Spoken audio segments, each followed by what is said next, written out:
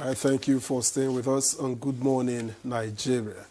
Newspaper review is next on the menu.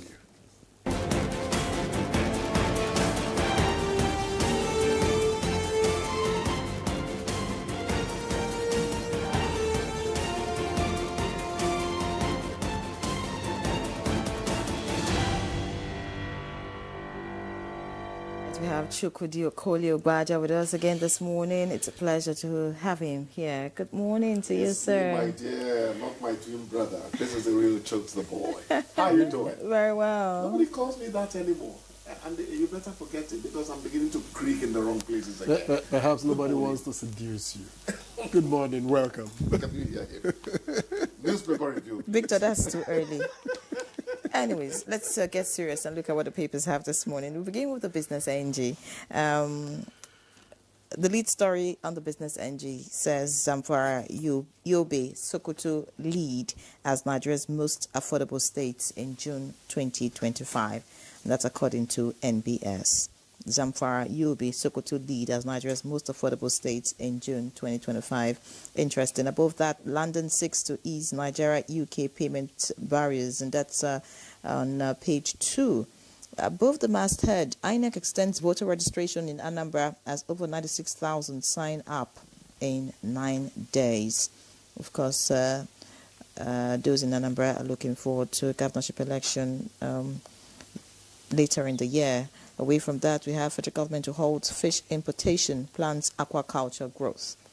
Lagos, food inflation bites. Onion, 130,000 naira.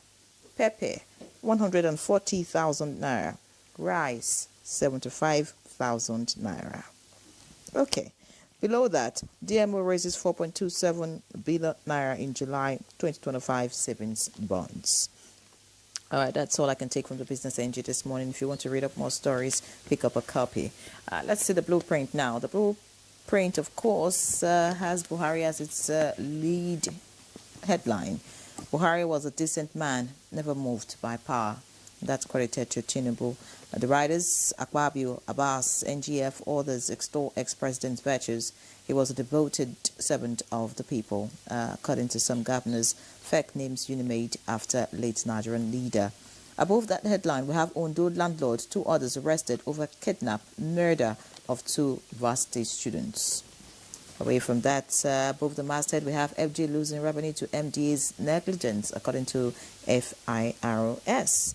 Tunji Ojo, Alake, Umahi, Kiari, Utsev, Hadiza, Usman, bag blueprint impact awards, and of course, no new terror group in Nigeria. DHQ counters Turkey envoy. That's on page 9. Benue to shut down 4,000 substandard schools, according to official. And finally, in the green strip at the bottom of the front page of the blueprint this morning, we have NOA sensitizes Gwagwalada community on flood safety. Victor. All right, thank you, Ian Ray. And I have Leadership Friday here. The bold headline here reads, Tinubu renames University of Maiduguri after Buhari. It's on page 7 with quite a number of riders. Says he was a leader of austere honor. Quiet courage affects tribute session in ex-president's honor. Buhari's son Yusuf tears up while giving vote of thanks. Ex-president was misunderstood. That's credited to Shatima. Buhari was principled, says Akpabio. He was a moral compass, Abbas. All right, and the picture story tells a bit of the story. The president, the vice president, and the children of the late former president. Now, above the nameplate, Etunupe demands new strategy to fight bandits. It's on page 8. And on page 7, we are grateful to those who have forgiven our father, Buhari's daughters. And beside the nameplate, ADC calls for audit of refineries. You can get that on page 8. And coming down the line, National Summit, delegates seek Constituent Assembly. You can get details on page 8. States reject Electricity Act Amendment Bill is on page 17. And landlord connives with kidnappers to rape murder varsity students is on page 15. And finally, soldiers reject 13 million naira bribe from terrorists in Plateau. let them reject more and more and more and more, and at the end of the day, really deal with them, insurgency and banditry. Bravo to those soldiers. In these times, it is not very easy resisting certain things. Now, humility is in some families as if it's a member, you know, the unseen member of the family. We are grateful to those who have forgiven our father. That's coming from one of Buhari's daughters, or rather Buhari's daughters. That I call humility. Because we live in a country where you tend to see more fire for fire. Do me, I do you. For people to read some of the things that were written on social media and still be able to talk like this. As I said yesterday, it's little things that make me determine character, not the big things. So for them to talk like this, I want to say that they are worthy daughters of their father. May his soul rest in perfect peace. Leader of austere honor, quiet courage. Buhari's son tearing up, that's, you know, spilling tears at the occasion there. All these are to be expected. The moral compass he is, that's coming from the emotions too. Of course. Yeah. However, you know, when Buhari said that time, I am for everybody and I am for nobody. Now, of course, spoken like a general. That's what he was saying, is that I'll be fair to all, even if it's my mama, it doesn't matter. Fair is fair. But at the end of the day, I still saw a Buhari that was saying, I must have hurt some people when I was in power. Please forgive me. For people to say that, you know, stop looking for that man with the egregious blunder. We all blunder to some extent. To err is human. To err is human. To forgive is divine. So let it end on a very happy note, because the subject has departed this earth. Did you say that Zamfara, Yobe, and Sokoto, the most affordable in June, I'm beginning to think of my next locations then. The next location. Honestly, to be good. When he hear it would be great. he go tell driver, forget my transport for house. But on a serious note, one would have thought that with the kind of things happening on that access, cost of living and all that would increase. The governor, I think, of Zamfara is actually thanking the World Bank, then commending the school feeding program and all that. He says those have given a soft landing to what would have been a harsh conditional situation. That's part of it. But still, I am rather thrilled to consider or to hear that states in the epicenter, where you could say that Borno is more in the epicenter of the insurgency there, are having this kind of a record, you know, from National Bureau of Statistics. It's quite interesting. The landlord that got 2 students raped and killed, kidnapped, you know, and murdered. They said one of the boys was rude to him. That was all the reason. Thank God they didn't jump to Fulani herdsmen in this matter. You know, look, many evils are happening in Nigeria, given a banner that is deceptive and all that. Of course, the herdsman matter, you see cases where the herdsmen are indeed a problem for people. But some people are using them as a camouflage. I would have thought that that's the first thing they would say here, you know. It's like a news writer starting with an unknown gunman have done whatever. You're telling the police there's nobody to investigate because they're unknown. That's a bad way to start the news. They've stopped it now. And some of us cried ourselves hoarse, shouted ourselves hoarse on social media about it. So I am happy that he has been accosted. And of course the people he sent to do that as well are in police net. Can you see man's inhumanity to man? To man.